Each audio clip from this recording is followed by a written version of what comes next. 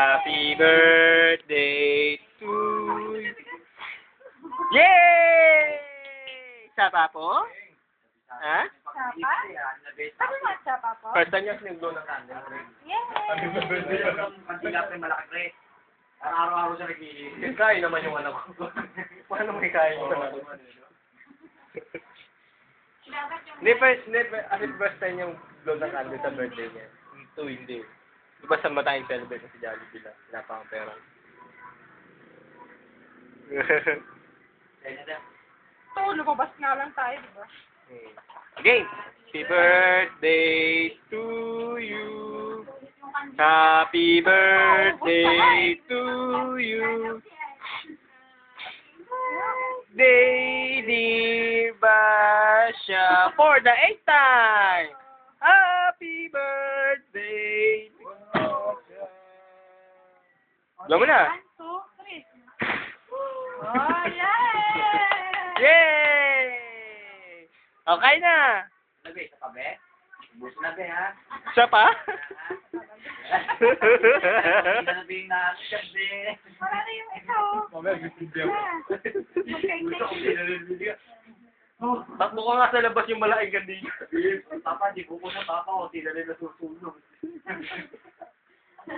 Oh, isa pa be. Yan. Sige lang, wala lang topak mo.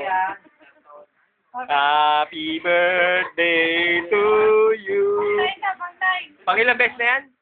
9. Pang 9. Happy birthday to you. Oh, blow na. Happy birthday, dear. Oh, galing ah. Wow! Diba?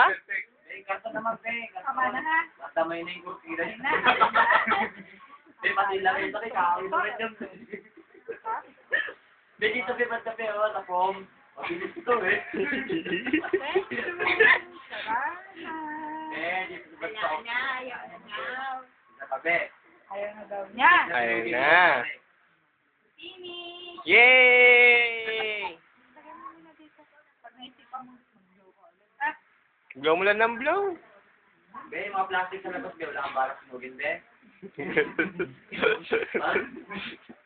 Hindi yan na lang, be. Kasi tagal niya. Yan.